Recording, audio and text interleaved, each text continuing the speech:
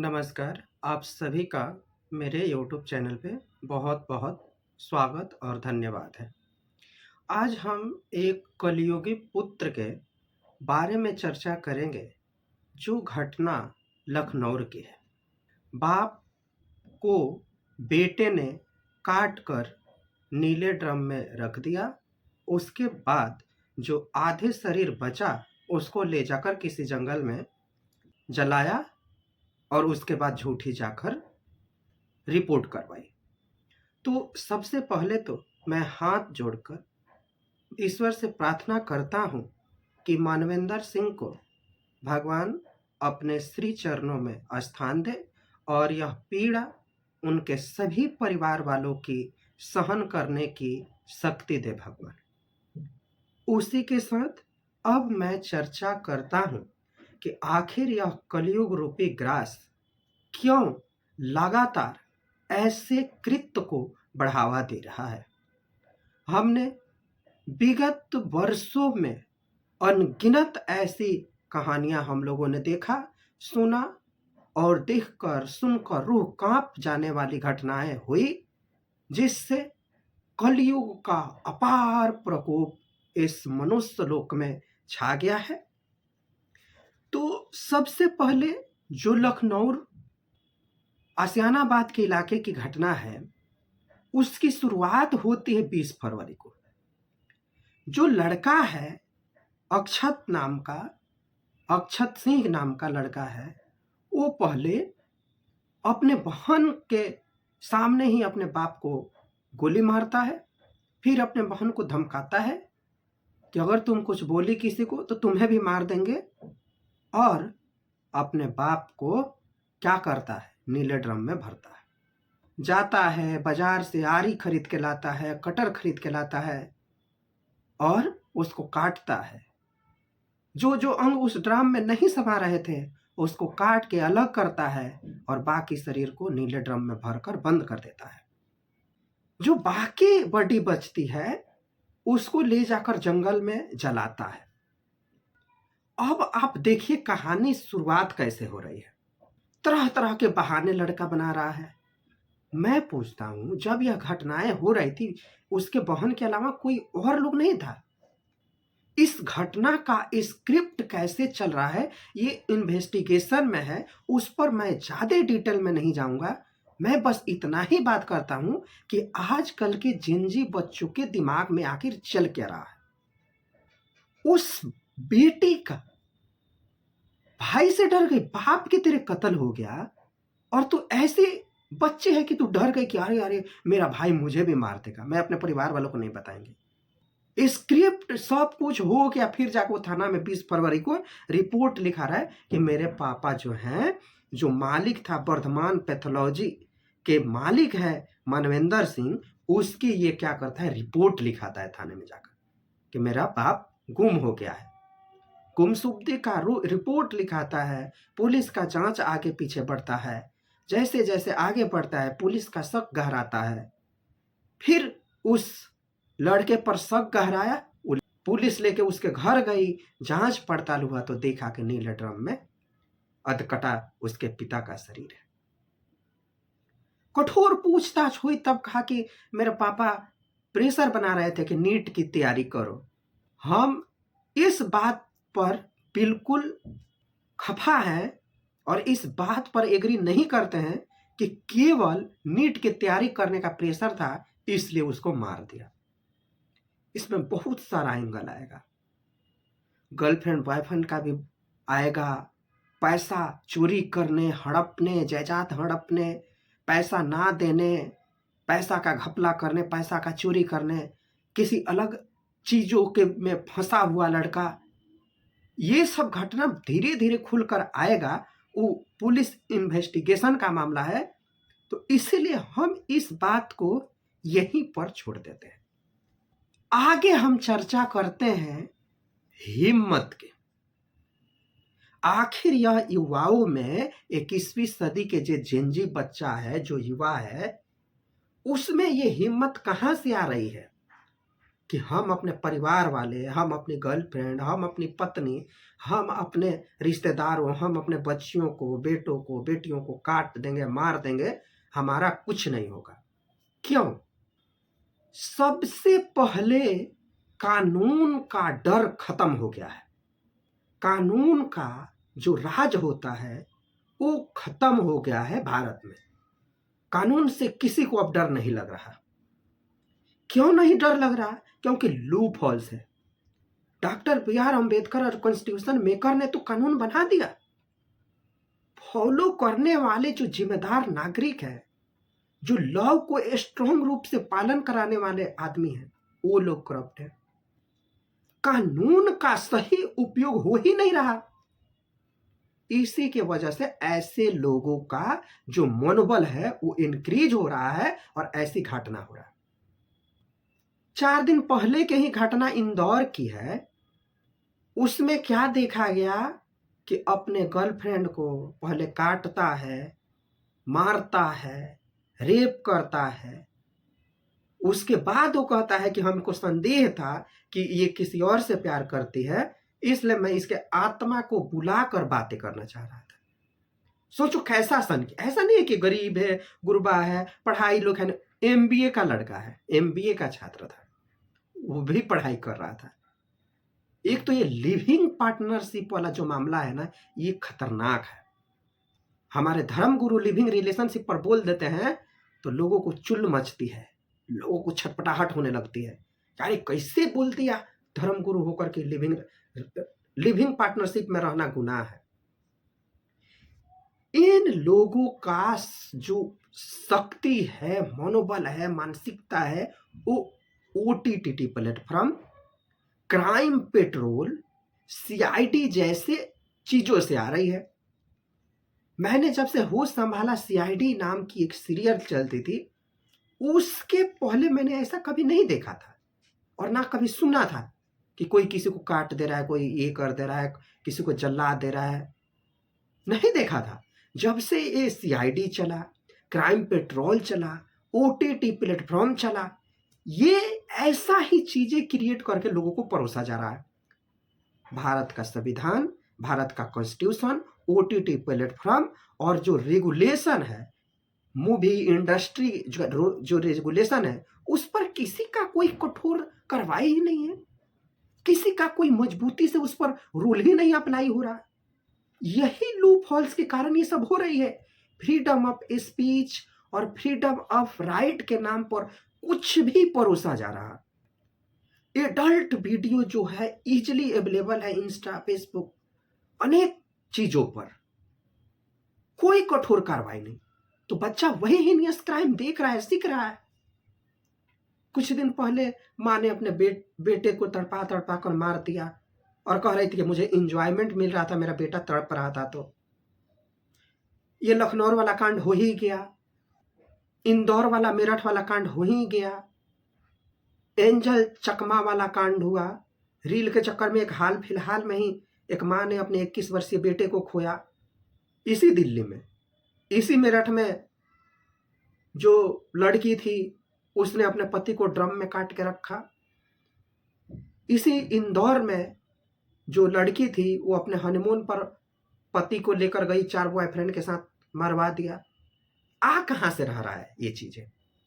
ये चीजें आ रहा है इंटरनेट की जो कंटेंट क्रिएटर के नाम पर जो ओटीटी प्लेटफॉर्म वगैरह जो सीरियल क्राइम, हीनियस क्राइम दिखाया जा रहा है, उससे इन लोगों को शिक्षा मिल रही है।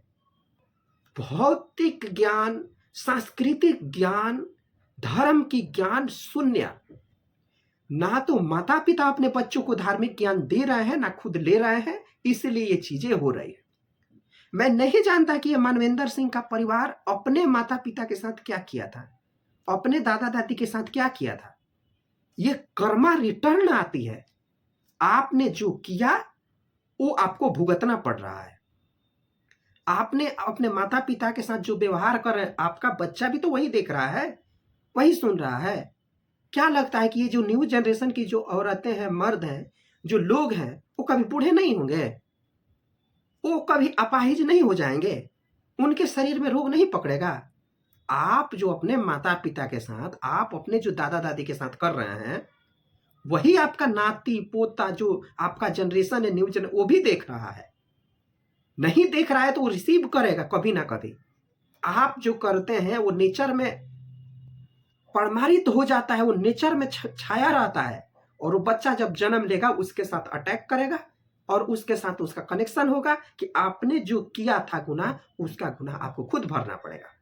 तो ये जो हीनियस क्राइम हो रहा है, पहले चला कि मुसलमान के साथ जो धर्मांतरण है, लव अफेयर है, जो लव जिहाद है, उसके चक्कर में लड़कियां पड़ती थी। उनको काट कर उनको फ्रिज में, ड्रम में, फलाना में, टिमखाना में रखा। वहां से ये सिलसिला शुरू हुआ और ये सिलसिला लगातार बढ़ा। ये सिलसिला लगातार बढ़ा, लोगों में जागरूकता छाई, सोशल मीडिया आया, इंटरनेट आया पॉजिटिव वे के लिए कि पढ़ो लिखो। इसके लिए आया एआई, इसके लिए आया इंटरनेट, इसके लिए आया आपको बहुत सोशल मीडिया, बहुत चीजें आपको उपलब्ध हुआ। आप उसका पॉजिटिव वे में उपयोग करने के बजाय आपने उसको नेगेटिव वे में शुरू किया। यहां पे माता पिता की भी गलती है। आपने बच्चे को धार्मिक शिक्षा नहीं दिया। आप लोग अपने बच्चे को किससे कैसे बात करना है, कौन बड़ा है कौन छोटा है, वो तो कभी समझाया ही नहीं। अपने माता पिता को ना आपने खुद आदर किया और ना ही अपने बच्चे को संस्कार दिया कि ये तुम्हारे दादा दादी हैं, ये तुम्हारे माता पिता हैं, इनका सम्मान करो, इनका आदर करो। ये कितने भी बुजुर्ग हैं उससे कोई मतलब नहीं, ये तुम्हारे सम्मानित लोग हैं। हमारे टाइम में हम अपने माता पिता के साथ आंख में आंख डालकर भी बात करने की हिम्मत नहीं करते थे। आज तक हमने, हमारे पिता की उम्र 79 होने वाली है, अभी तक हमने आंख में आंख डालकर बातें नहीं की, ऊंची आवाज में बातें नहीं की, क्योंकि हम लोगों ने अपने पिता को वह दुख की घड़ी से इतने ऊंचाई पर हम लोगों को लाया, हमारे पूरे खानदान को एक ऊंचाई का ओहदा दिया, इसलिए हम लोगों ने उनका सम्मान किया। उन लोगों ने भी, हमारे पिता और हमारे जो पुरखे थे, उन लोगों ने भी अपने माता पिता का सम्मान किया था, आदर भाव किया था, चाहे वो कितने गरीब थे। ये होती है संस्कार का एडॉप्शन और संस्कार का एक दूसरे के साथ जाना। हम धार्मिक कैसे बने? हम धार्मिक इसीलिए बने, हमारे परिवार की औरतें, हमारे परिवार के जो लोग थे, वो सुबह 4 बजे भोर में उठकर अपना काम धंधा करके, सभी लोग सुबह का पूजा पाठ अपने अपने घर में किया करते थे। हम छोटा सा बच्चा उस सब को देखा और वही चीज स्वयं ही हमारे अंदर समा गया। तो जो जैसा करेगा वही तो एडॉप्ट करेगा ना उसका बच्चा। चलो एक बात करते हैं, भाषा हम लोग कैसे सीखते हैं? भाषा हम लोग उसी से सीखते हैं जो हमारे आसपास में जैसा व्यवहार करता है, जो भाषा बोलता है, हम लोग वो भाषा सीख जाते हैं। जो जैसा कल्चर में रहता है वो एडॉप्ट कर लेता है। तो ऐसी जो घटनाएं हो रही है, उसी में उसका फैमिली रहता है, वही कार्य करता है, वही कृत्य करता है, वही चीज अपने बच्चे को परोसता है, वही चीज उसका बच्चा एडॉप्ट करता है, वैसे संस्कार में रहता है, इसीलिए ऐसी कार्य करता है। आखिर पुराने जमाने के लोग अपने माता पिता को एक सुई भी चुभाने के लिए नहीं सोचते थे। उनका एक जो जो रोआ है वो भी उखाड़ने की बातें नहीं सोच सकते थे। आखिर 21वीं सदी में ऐसा क्या हो गया कि वो बच्चा सुई चुभाने की तो छोड़ो, तुरंत सरतन से जुदा, तुरंत काट दे रहा है, गोली मार दे रहा है, खत्म कर दे रहा है, जहर दे रहा है अपने माता पिता को। आखिर क्यों?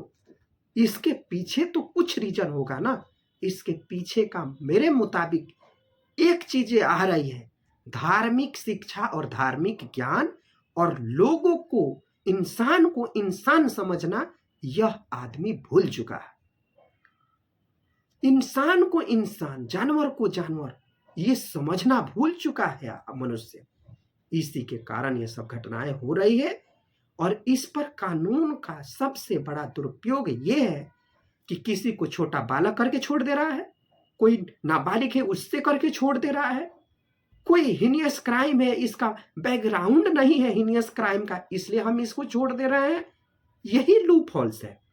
इसी के कारण से इंसानों को यह कृत करने के लिए हो रहा है। रेप की घटनाएं, हर रोज रेप की घटनाएं लाखों बढ़ रही है। पूरे इंडिया की बातें करें तो हम अपने मुताबिक अपने डेटा के हिसाब से कह सकते हैं हर दिन कम से कम 1000 बच्चियों के साथ रेप हो रहा है। हर दिन इतना क्राइम है। कुछ ऊपर आती है, कुछ छिप जाती है लोक लज्जा के कारण, और कुछ को पता ही नहीं चलता है कि रेप क्या है और ये चीजें क्या है। आए कैसे? 2012 में जो निर्भया का कांड हुआ, कैसे कैसे उनकी माता के हमने भाषण सुने, उनके माता से हम लोगों ने जो चीजें सुनकर रोंगटे खड़ी हो जाती थी। वो कहती थी कि हमारे बेटी से ऐसे ऐसे सवाल पूछे जाते थे, हमारे से ऐसे ऐसे सवाल पूछे जाते थे। जो रेपिस्ट है वो ऐसे ठहाका मार के कोर्ट में हंसता था कि हमारा शर्म सर से झुक जाता था, मन करता था कि वहीं पे आत्मदाह कर ले। ये तो है हमारी न्याय व्यवस्था। अमीरों के लिए अमीर के तहत शहजादों के साथ अलग व्यवहार, गरीब के साथ अलग व्यवहार। अभी जो एक सिंगल मदर का जो 21 साल का बेटा मरा, वो नाबालिग लड़का ने जो गाड़ी से कुचला रील के चक्कर में, कोर्ट ने उसको इस वजह से छोड़ दिया कि इस बच्चे का एग्जाम है मैट्रिक का, इसलिए हम इस बच्चे को रिलीज कर दें। कितना शर्मनाक है।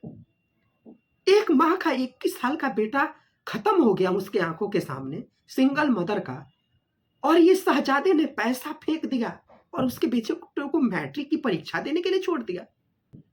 रेपिस्ट को ऐसे ही नाबालिग करके छोड़ दिया जा रहा, रेपिस्ट को आजीवन कारावास करके छोड़ दिया रहा।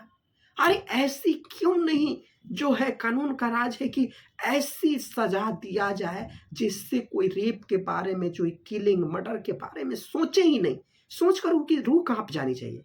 आखिर क्यों नहीं ऐसी जो पराकाष्ठा साबित हो रही है?